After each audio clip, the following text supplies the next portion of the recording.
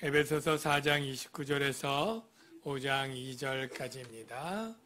에베소서 4장 29절에서 5장 2절. 혹시 뒤에 자리 부족하면 앞에 황금석 옆에도 자리가 노대자루가 비어 있습니다. 앞으로 오시면 되겠고요. 네, 앞쪽엔 자리가 있습니다. 교독하겠습니다. 제가 먼저 읽겠습니다. 무릇 더러운 말은 너희 입 밖에도 내지 말고 오직 덕을 세우는 데 소용되는 대로 선한 말을 하여 듣는 자들에게 은혜를 끼치게 하라.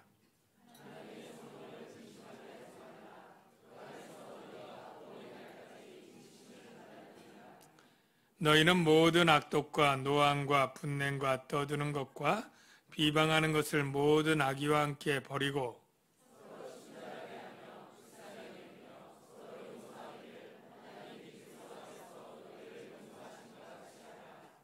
그러므로 사랑을 받은 자녀같이 너희는 하나님을 본받는 자가 되고 그리스도께서 너희를 사랑하신 것 같이 너희도 사랑 가운데서 행하라. 그는 우리를 위하여 자신을 버리사 향기로운 제물과 희생 제물로 하나님께 드리셨느니라. 아멘. 우리 좌우에 사랑하신 분들에게 사랑합니다 인사하겠습니다. 사랑합니다. 네, 사랑합니다. 네. 하라니까 하긴 하는데 마음은 잘 안 동하는 분들이 있으신 것 같아요. 네. 내 말이 가면 마음도 나중에 동하게 될 줄로 믿습니다. 우리가 에베소서 강의하는데 이 에베소서의 처음에 굉장히 벅찬 그런 말씀들을 우리가 배웠습니다. 찬송하리로다 하면서 하나님께서 우리가 얼마나 신령한 복을 받았는지를 계속 강조하고 열거했죠. 우리가 창세전에 선택을 받았다. 너무나 놀랍죠. 그리스도 예수 안에서 하나님의 아들로 예정되었고, 네. 그리고 예수 그리스도의 피로 속량함, 죄사함을 받았고, 교회를 통해서 우주를 통일하는 그러한 중심에 서게 되었습니다. 원래는 이방인이었고 하나님의 진노의 자녀였지만 우리가 하나님의 사랑을 받아서 예수와 함께 부활했고 살렸고 하나님의 영광의 보호자 우편에 앉는 그런 특권을 누리는 자가 되었고 하나님의 가족이요 하나님의 시민이 되었습니다. 하나님을 아버지로 두고 그 나라를 상속받을 그러한 소망 가운데 살아가는 자가 되었습니다. 이것은 단번에 된 것입니다. 예수를 믿을 때 예수 안에서 바로 의인이 된 것이에요. 하나님의 자녀가 된 것이고 새 사람이 된 것입니다. 그래서 우리는 새 사람답게 살아가야 하고 의롭게 살아가야 되는 것이죠. 의롭게 살아가서 점차 의인이 되는 것이 아니고 예수 안에서 의인이 되고 의인에 합당한 삶, 새 사람에 합당한 삶을 살아가라고 얘기를 하고 있는 것입니다.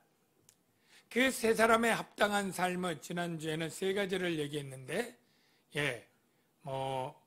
거짓말하지 말라, 또 죄 짓는 분내지 말라, 도둑질하지 말라라는 말을 했고요. 오늘은 이어서 또 말에 관한 얘기를 하는데요. 29절을 보면 어떻게 시작을 하냐면 무릇 더러운 말은 너희 입 밖에도 내지 말고 오직 덕을 세우는 데 소용되는 대로 선한 말을 하여 듣는 자들에게 은혜를 끼치게 하라 라고 말하고 있습니다. 더러운 말 하지 말고 선한 말 하라. 이게 오늘 바울이 시작하는 말인데요. 더러운 말이 뭘까요? 더러운 말? 처음 생각할 때는 더러운 말은 음담패설인가? 또는 더러운 말은 욕설인가? 그렇게 짐작하고 추측을 하기 쉽습니다. 그런데 물론 욕설, 음담패설 다 더러운 말이지만 본문에서 말하는 더러운 말이 무엇인가를 찾는 게 중요하겠죠. 이 더러운 말은 원어로 보면 더럽다는 뜻보다는 부패하다 또는 악하다 이런 말입니다. 그러니까 악한 말 뒤에 나오는 선한 말이 대비가 되고 대꾸가 되는 건데요.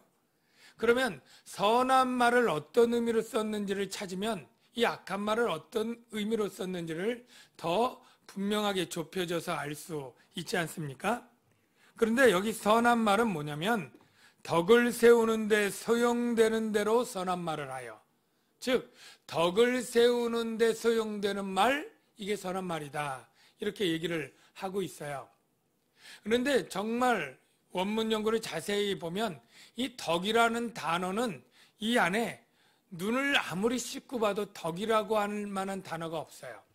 이것은 의역입니다. 그러니까 원문을 보면 그냥 세우는 데 소용되는 대로 선한 말을 하라 이렇게 돼 있어요. 그러니까 세우는 게 뭐지? 그리고 아마 거기다 덕을 세우라는 것 아닐까 하고 그렇게 번역을 한 것처럼 보여지는데요. 사실은 이 본문 안에 세우라고 하는 게 모호하지가 않고 분명하게 있습니다. 어디에 있느냐면 예를 들면 4장 12절 끝에 보면 그리스도의 몸을 세우려 하심이라 그런 내용이 있고요. 그리고 15절 16절도 보면 그 몸을 자라게 하며 사랑 안에서 세우느니라 이런 말이 있잖아요. 그러니까 이 본문에 세우는데 선한 말이라고 할 때 그 세우는 게 바로 그리스도의 몸을 세우는 것 이렇게 해석하는 게 가장 자연스러운 것입니다. 그리스도의 몸이 무엇입니까? 바로 그리스도의 몸된 교회를 비유하는 거죠. 예수 믿는 모든 성도들은 이제 성령을 받아 한 몸이 되었는데 그리스도를 머리로 하고 그리스도의 몸된 교회가 되었다라고 성경이 비유로 많이 말하고 있지 않습니까? 그러니까 그리스도의 몸을 세우는데 소용되는 선한 말을 해서 듣는 자들에게 은혜를 끼치게 하라. 은혜를 끼치게 하라를 쉽게 말하면 영적 유익을 끼치게 하라라는 뜻이에요. 받는 사람이 영적으로 믿음이 자라고 또 힘을 얻고 그래서 영적 신앙생활을 잘할 수 있도록 해서 교회가 점점 그냥 떠나가는 사람, 낙심한 사람 이런 사람이 아니라 견고하게 하나 되어 잘 성장할 수 있도록 하는 것, 이런 것들을 우리가 연상할 수 있죠. 이렇게 선한 말을 해서 교회가 연합되고 하나 되어서 성장하는 게 선한 말이라면, 그러면 악한 말은 뭐예요? 이거의 반대겠죠. 그리스도의 몸을 세우는 거의 반대가 뭘까요? 무너뜨리는 거죠. 해치는 거죠. 그런 말이 있다는 거예요. 이게 바로 악한 말이고, 악한 말은 입 밖에도 내지 말라라고 강조하고 있는 것입니다. 여러분, 악한 말을 하지 않는 여러분들이 다 되시기를 주의 이름으로 축원합니다. 그럼 악한 말이 뭘까요? 교회를 무너뜨리는 말? 어떤 말이 교회를 무너뜨릴까요? 교회를 갈라서게 하는 말, 해치는 말, 여러 가지 말들이 있는데 그 말의 힌트가 본문에 있어요. 본문에 어디 있느냐면 31절에 너희는 모든 악독과 노함과 분냄과 떠드는 것과 비방하는 것을 모든 악의와 함께 버리라고 한 것, 이 안에 버려야 될 말들이 바로 악한 말과 연결된 거예요. 악한 말. 이 악한 말에 연결될 때 가장 중요한 게 악의예요. 악의. 그 뒤에는 악의와 함께 버리고, 악의가 아니라 악의입니다. 미움이에요. 누군가 아주 마음에 안 드는 거예요. 아주 미워하고 기분 나쁘고 꼴 보기 싫은 어떠한 마음들이 있을 때 사람들은 그게 표출이 됩니다. 표출이 돼요. 그래서 말이 되어서 나오고 그 말이 상처를 주고 서로의 거리가 멀어지게 하고 그렇게 끼리끼리가 되어지면서 교회 공동체의 연합이 흩어지고 그리고 교회가 점점 약화되고 무너지게 되는 거죠. 여러분, 우리 사람이 마음에 있는 것들은 꼭 말로 나오게 됩니다. 우리가 성령으로 새로운 사람이 되었다는 것은 심령이 바뀌었다는 거예요. 심령이. 근데 이 심령이 바뀐 심령이면 새로운 말이 나와야 마땅한데 이 새로운 말이 나오지 않고 이 악의가 있어서 하면 암만 새로운 말을 흉내내어 그냥 좋은 말을 해도 꼭 뒤끝에 독이 묻어 나옵니다. 독이 묻어 나. 여러분 중에 혹시 누군가 얘기를 하는데 칭찬인 것 같이 들었는데 나중에 기분 나쁜 경우 있어요? 뭔가 나를 이렇게 좋게 하는 것 같은데 뒤끝이 안 좋은 경우 있잖아요. 사실 그 마음속에 뭐 시샘도 있고 시기도 있고 그런 거예요. 그 독이 들어올 때 사람은 뭔가 기분이 나빠요. 이 사람이 말로 아무리 포장하고 참 이렇게 좋게 번지르게 해도 오래가지 못합니다. 왜냐하면 마음에 있는 게 말로만 나가는 게 아니라 저는 이 표정도 말을 하는 거예요. 사람이요, 이 말로만 사랑해 이렇게 하는데 진짜 사랑하면요 말이 아니라 얼굴이 말해요. 그래서 사랑하는 사람을 보면요 이 눈이 벌써 사랑으로 확 눈동자가 달라지고 표정이 완전히 세포들이 다 반응을 합니다. 근데 아무리 말은 나에게 좋고 이렇게 한다 그래도 나를 싫어하거나 조금 이렇게 안 좋게 보는 사람들은 그 표정이 말이 아니라 표정과 세포들이 말을 하는 거죠. 물은 알고 있다라는 것처럼 물이 어떤 감정에 반응한 것처럼 우리 살아있는 유기체인 우리 몸의 세포들, 호르몬 다 영향받아서 얘기를 하는 거죠. 이거는 제 말이 아니라 예수님이 직접 이렇게 말씀하신 거와 연관이 있는데요. 누가복음 6장 45절 말씀을 볼까요? 같이 한번 읽어봐요. 시작.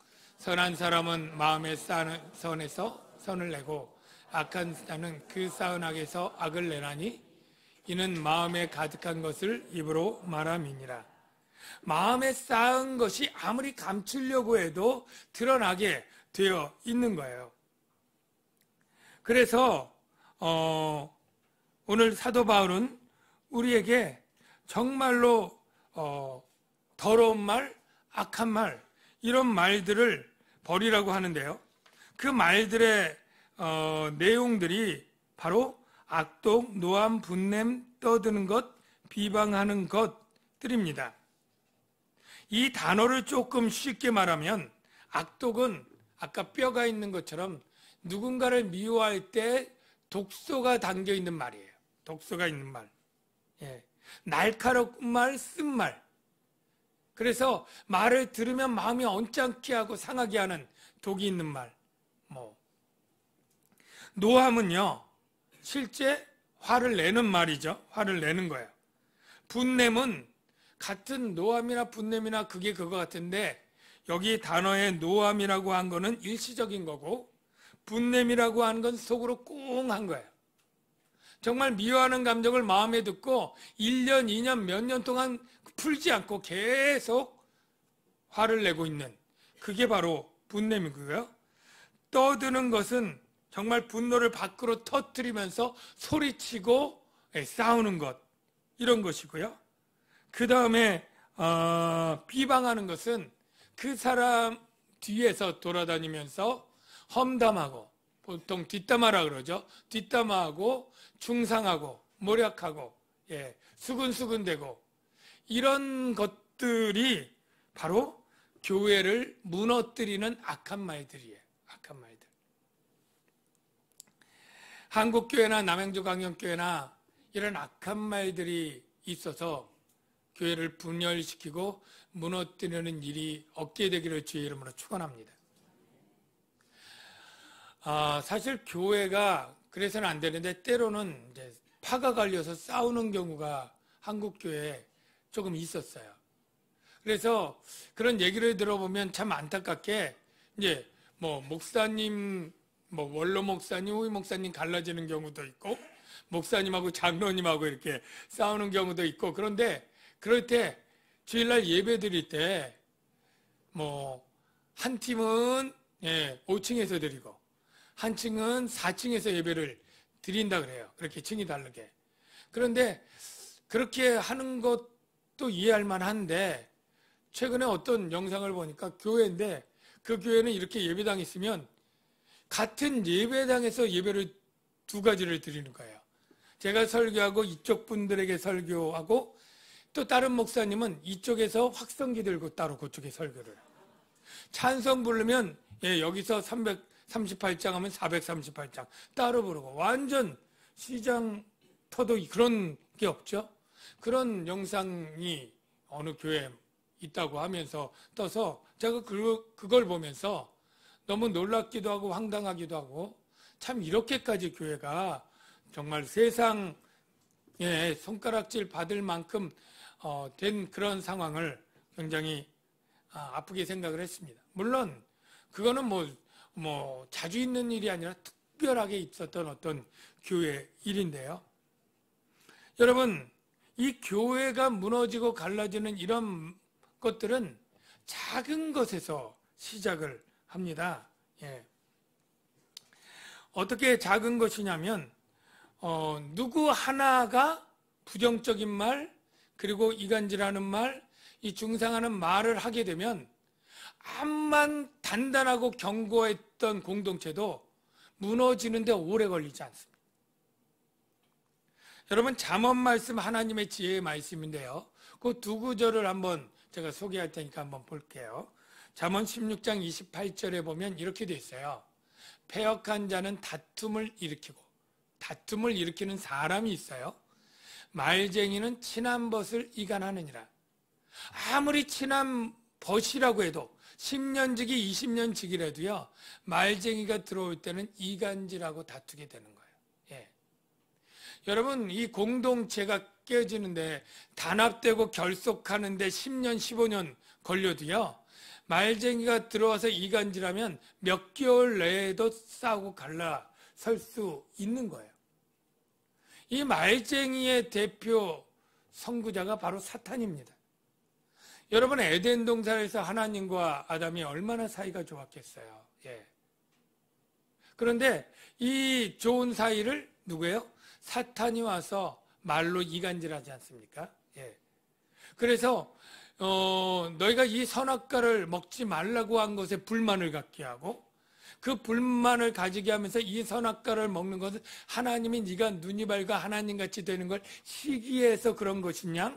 그렇게 유도를 하고 거짓말로 먹어도 절대 안 죽는다고 유혹을 해서 그걸 먹게 하고 하나님과 인간의 사이가 갈라지게 하고 사람과 사람 사이도 갈라지게 하고 하다못해 피조물과 사람 사이도 갈라지게 완전히 무너지게 천국을 무너뜨리는 일을 이 사단이 말쟁이로 역할을 한 거죠.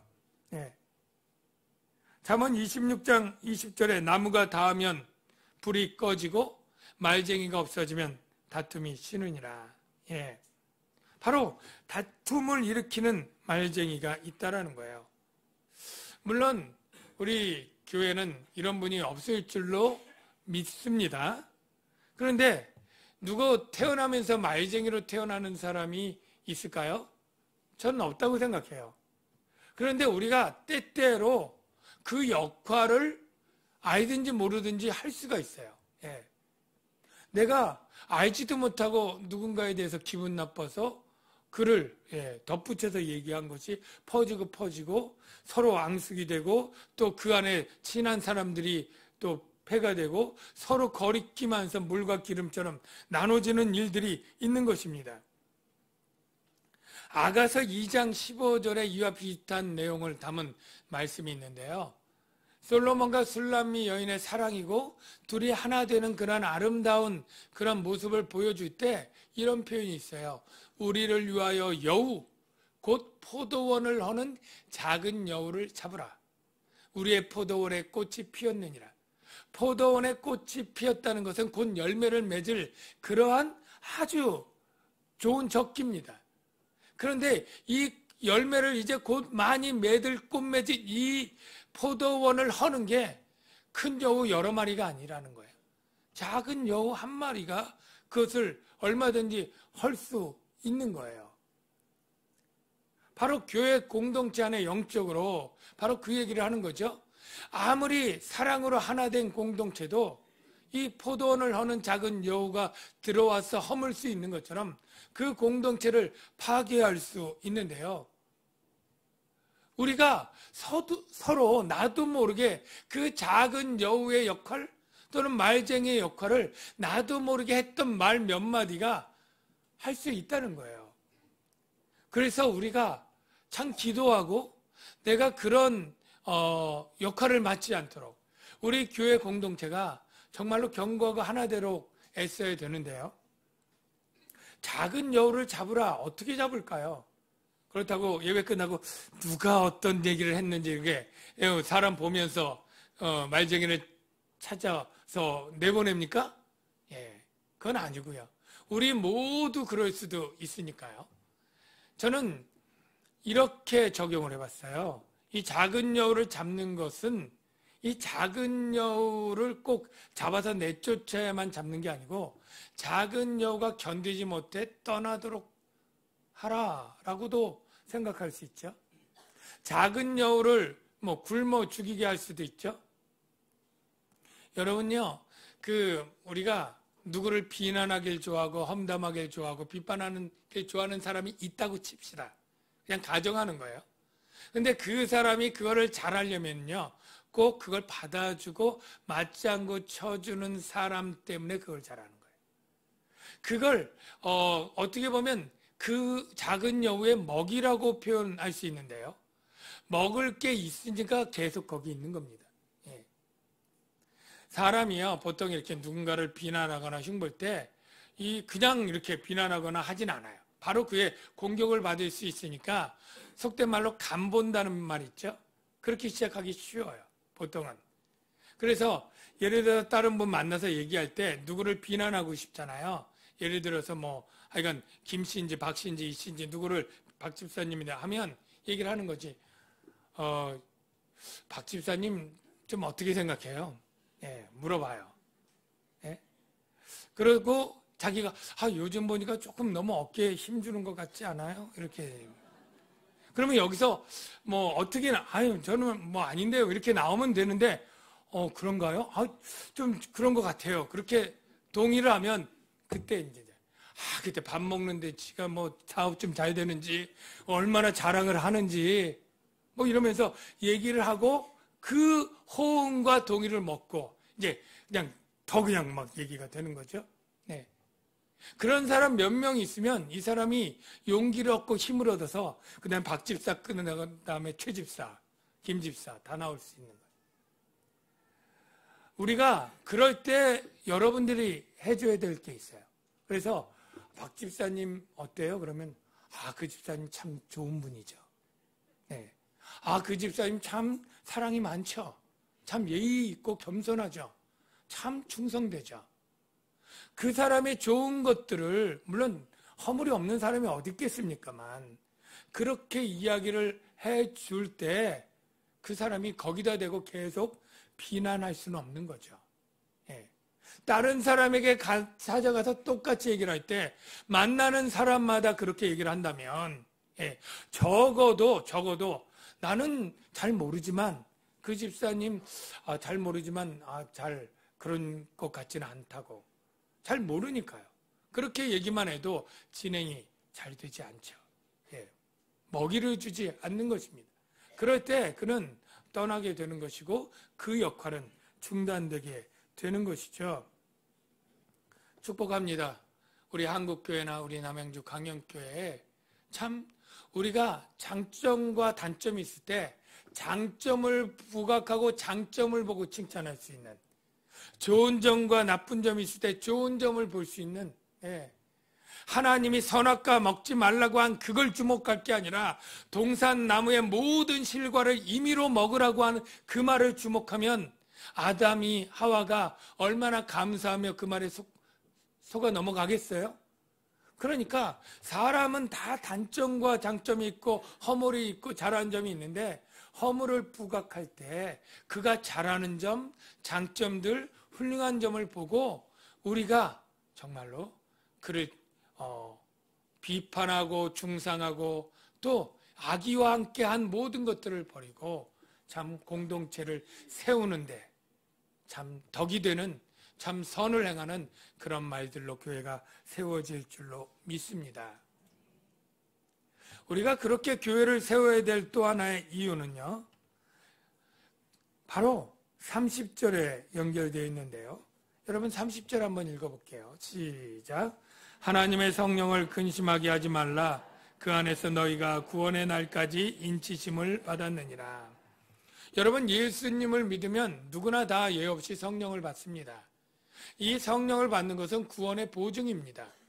하나님이 구원받았다고 하는 확증으로 성령을 주셔서 이 성령 받은 사람은 주님 재림할 때 반드시 부활하고 하나님 나라에 들어가고 영생을 누리게 되는 보증이 성령이에요. 도장 찍는 것입니다. 이 도장 찍은 성령은 구원의 날까지 우리와 함께 한시도 떨어지지 않고 함께 있는 줄로 믿습니다.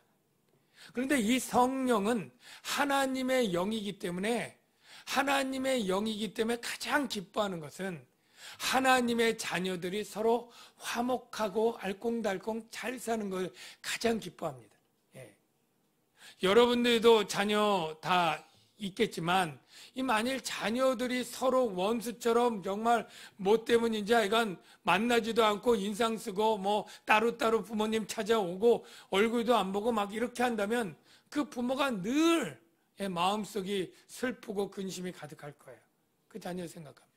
그런데 자녀들이 비록 뭐 가난하고 조금 없이 살고 이렇게 해도 서로 정말 뭐 옛말에 콩 한 쪽도 나눠 먹는 것처럼 우애가 좋고 서로 힘들면 돕고 이렇게 하면 얼마나 그 모습을 보면 흐뭇하고 좋겠어요.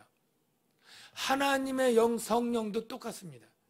우리 안에 있는 성령이 우리 마음을 너무나 잘 아시는데 우리 마음속에 누군가를 미워하고 그리고 분을 내고 누군가의 서운함을 쿡 갖고 힘들고 살아가고 있고 서로 간에 그렇게 미워하고 있다면 성령이 너무너무 근심이 되는 거예요. 성령을 근심하지 않게 하는 가장 첫 번째 일은 성도가 서로 사랑으로 우애 있게 하나 되는 줄로 믿습니다. 구원의 날까지 성령이 떠나지 않는데 뭐 성령이 근심하니까 이럴 수 없잖아요. 성령님 오늘은 잠깐 다른 데 좀 가 계십시오. 내가 좀 한판 해야 되겠습니다. 그래가지고 가가지고 그냥 실컷 막 싸우고 그럴 수 있냐고 막 싸우고 다 분시키고 돌아가지고 성령님 이제 다시 오셔도 됩니다. 뭐 이럴 수 있는 게 아니잖아요. 성령님은 우리를 한시도 버리지 않고 함께 계시는데 그 성령님이 우리가 여기 있는 것처럼 악독한 마음을 가지고 성을 내고 그 분을 계속 품고 있고 막 대판 싸우고 그리고 계속 그에 대해서 나쁜 말을 비방하고 이렇게 사는 것을 볼 때 너무너무 근심인 거예요. 여러분 성령을 근심하지 않게 하는 분들이 다 되시길 축복합니다. 성령님을. 그게 성령을 근심하지 않게 하는 것을 요 문맥 가운데 우리가 해석하지 않으면 내 마음대로 자기적으로 해석해서 불순종하면 근심한다, 뭐 기도 안 하면 근심한다, 뭐 이렇게 많이들 해석하는데 그것이 아니고 문맥 가운데 앞뒤에 있잖아요. 교회를 허무는 악한 말들, 악독 분내고 성내는 말들, 이게 성령이 근심하게 하고 왜 성령의 전인 교회 몸을 허무는 말이니까. 그러면 우리가 어떻게 해야 되느냐? 바로 32절에 첫 번째 나오는데요. 한번 읽어봐요. 시작. 서로 친절하게 하며 불쌍히 여기며 서로 용서하기를 하나님이 그리스도 안에서 너희를 용서하신 같이 하라. 어떻게 하라고요? 예, 악의를 가지고 적대하는 그 사람을 용서하라는 거예요. 용서하라. 그 사람이 내게 불친절했던 말과 이것 때문에 나도 언젠가 한번 갚아야지가 아니라 그 사람이 불친절했지만 나는 친절하게, 그 사람이 인상 썼지만 난 상냥하게 웃으며, 예. 그리고 불쌍히 여기며, 그가 그렇게 나에게 못된 짓을 한 것은 정말 그 전날 부부간에 이렇게 갈등 때문에 싸웠기 때문이야. 애가 집 나가고 속썩여서 너무 힘들어서 했던 말일 거야. 아니면 무심코 원래 마음은 그것이 아니었는데 툭 나온 말일 거야. 그를 이해하는 겁니다. 그리고 용서하는 거예요. 근데 용서할 때 방법이 뭐예요? 하나님이 그리스도 안에서 너희를 용서하신과 같이. 하나님이 그리스도 안에서 용서하신과 같이는 두 가지 의미가 있는데, 첫째는 완전한 용서입니다. 완전한 용서. 예. 완전한 용서는 뭐냐면요, 예. 잊어버리는 게 용서예요. 여러분 중에 용서했어, 용서해줄게. 그리고 나중에 다시 싸울 때 전에도 그랬는데 내가 용서해줬는데 이렇게 얘기를 하잖아요. 이게 지금 몇 번째, 세 번째로 이런 일을 해. 이거 용서한 게 아니에요. 용서는 그냥 잊어버린 거예요. 잊어버리는 거. 그렇게 완전한 용서가 하나님이 용서예요. 그리스도 안에서 다 용서하고 자꾸 네가 전에 뭐 했는데, 네가 무슨 죄를 졌는데, 하나님이 그러시나요? 우리에게? 그냥 용서하시죠. 여러분이 용서할 때는 그가 나에게 했던 죄와 허물을 잊어버리는 용서를 하시고요. 두 번째로, 하나님이 그리스도 안에 한 용서는 사과 받은 후에 한 용서가 아니다. 지난주에도 얘기했지만, 여러분 중에 나 용서하려고 하는데 내게 잘못했다고 한마디만 하면 내가 용서할 텐데 그 한마디를 안 하네. 이러면서 용서를 못하고 꼭 갖고 있는 사람들이 많을 거예요. 여러분, 하나님은 우리가 하나님께 잘못했다고 빈 다음에 예수 안에서 용서해 주셨나요? 아닙니다. 아직 죄인이었을 때, 아직 연약할 때, 그때 하나님이 용서해 주시는 거예요. 용서해 주시는 거예요. 여러분 가운데 사과 받고 용서하려면 여러분 용서 못할 사람이 평생 수없이 많을 거예요. 더 많을 거예요. 여러분, 그가 사과를 하든 안 하든 하나님이 용서하라고 했으니 용서합니다. 여러분, 이렇게 용서하십시오. 왜냐하면 어떤 사람은 용서를 하면 그 죄가 없어질까 봐, 그가 정말 나쁜 죄를 졌는데 벌을 받아야 되는데 내가 용서하면 그지 유야무야 없어질까 봐 그러는데요. 아닙니다. 그가 지은 죄는 하나님이 심판해요. 지난주에 얘기한 것처럼 원수 갚는 것이 내게 있고 진노하는 것이 내게 있고, 그의 죄는 그가 해요. 내가 용서한다고 그의 불의가 정의로 바뀌어지는, 불의가 그냥 숨겨지는 게 아닙니다. 하나님은 왜 용서하라고 하느냐면 나를 위해서 한다고 했죠. 내가 용서하지 못하고 분과 화와 성을 가지고 살아가면 내가 천국을 잃고 정말로 지옥을 경험하며 살기 때문에 하나님은 나를 행복하게 살게 하기 위해서 용서하라, 그렇게 얘기를 하는 거예요. 그때 무조건적으로 용서하고 사과를 하거나 빌지 않아도 그냥 용서해 주어야 됩니다. 그리고 한 가지, 그 다음에 사랑이에요. 사랑.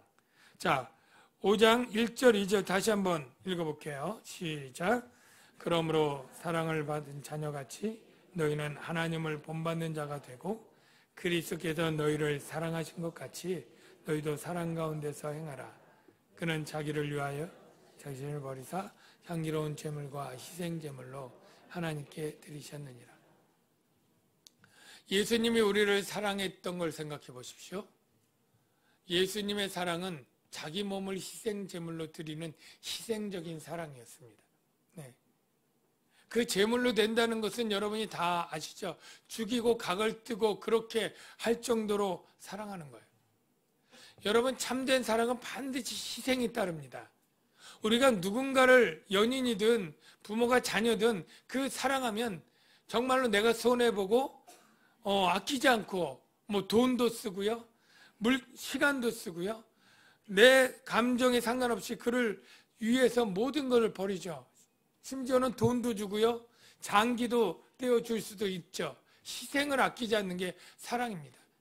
사랑의 크기가 그 희생을 하는 크기와 비례합니다. 그런데 예수님이 어떻게 사랑했느냐면 자기 몸을 죽일 정도로 다 사랑하고 우리에게 말하기를 바로 너희도 그렇게 그리스도께서 너희를 사랑하신 것 같이 너희도 사랑 가운데 행하라. 우리가 희생적인 사랑을 하라는 거예요. 저와 여러분들의 사랑은 기브앤테이크식 사랑이 많지 않습니까? 저가 나를 사랑해야 사랑하고, 저가 나를 미워하면 어떻게 사랑합니까? 같이 미워하죠.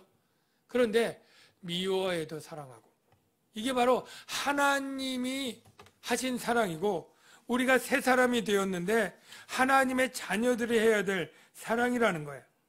누가복음 6장 35절 봅시다. 자막에 있어요. 오직 너희는 원수를 사랑하고 선대하며 아무것도 바라지 말고 구워주라. 그러면 지극히 높으신 이의 아들이 되리니 그는 은혜를 모르는 자와 악한 자에게도 인자하시느니라. 우리가 은혜를 아는 자와 선한 자만 하나님이 사랑을 베푸는 게 아니라 악한 자, 은혜를 모르는 자에게도 사랑을 베푸는 게 하나님이고 우리가 하나님의 아들이 이미 되었어요. 그러므로 우리는 우리에게 친절하게 하고 우리의 선의를 오해하고 하는 사람이든 친절하게 하는 사람이든 은혜를 모르고 감사를 잊는 사람이건 다 동일하게 하나님 닮아서 그렇게 사랑해야 된다는 거예요. 그때 여러분들 하고 싶은 얘기가 이러죠. 네, 말은 쉽지만 목사님 어떻게 그렇게 할 수 있습니까? 우리가 그거 다 알아요. 그러나 실제 목사님도 그렇게 할 수 있나요? 아니면 우리가 다 정말 실생활에서 그렇게 할 수 있나요? 라고 아마 우리는 항변하고 싶을 거예요. 맞습니다. 우리 인간의 힘으로 하나님의 말씀을 알아도 그것을 행할 수 있는 것은 너무나 어려운 일인 걸 알아요. 근데 그것을 행하는 사람이 있었어요. 바로 사도 바울인데요. 그 바울이 그렇게 할 수 있었던 이유는 바로 이런 고백 때문이라고 생각해요. 고린도후서 5장 14절 말씀 보면 그리스도의 사랑이 우리를 강권하시는도다. 그가 박해를 받고 어려움을 당하면서도 그들의 영혼을 위해서 순교할 정도로 사랑을 주었던 것은 하나님이 내게 부어준 그 사랑이 너무나 큰 것에 감격하고 그 사랑이 나를 몰아내어서 그렇게 헌신하도록 했기 때문에 가능하다라고 하는 고백인데요. 우리도 여기에서 힌트를 얻어서 저와 여러분이 어떻게 나를 미워하는 사람, 어떻게 내게 사과도 않은 사람을 용서하고 사랑하지? 하나님의 사랑을 우리가 생각하고 묵상해야 돼요. 하나님이 나를 어떻게 용서했는지, 예수님이 나를 어떻게 사랑했는지 늘 우리가 생각하고 묵상하고 그리고 감격하게 되면 그 사랑 때문에 우리가 그 일들을 할 수 있게 된다고 믿습니다. 여러분, 오늘 이 시간에 그리스도의 사랑을 다시 생각하고 우리가 우리 마음에 품었던 그 사람들을 좀 용서하고 풀어내서 여러분의 그 마음에 에덴 동산을 회복하고 천국을 회복하는 은혜가 있기를 바랍니다. 우리가 오늘 같이 부를 찬양은 좀 옛날에 불렀던 최영덕 씨가 했나요? 내가 먼저 손 내밀지 못하고 내가 먼저 용서하지 못하고 내가 먼저 웃음 주지 못하고 이렇게 머뭇거리고 있네. 이런 찬양 가사가 있는데 아마 40, 50대 이상은 다 알만한 가사인데요. 이 가사 생각하면서 사실 그에게 따뜻한 웃음 하나 주면서 다가가면 풀려질 관계들이 많거든요. 근데 내가 웃질 않는 거예요. 내가 먼저 화해의 손을 내밀지 않고 그렇게 갈등이 오래되도록 한 것이 부부관계에도 있을 수 있고 부자관계에도 있을 수 있고요. 성도관계도 얼마든지 있거든요. 오늘 누군가 나에게 웃어주면 뭔지 몰라도 같이 웃고 같이 손 내밀고 그런 여러분들이 되시기 바랍니다. 우리 가사를 생각하면서 이 찬양 한번 같이 불러보면 좋을 것 같아요.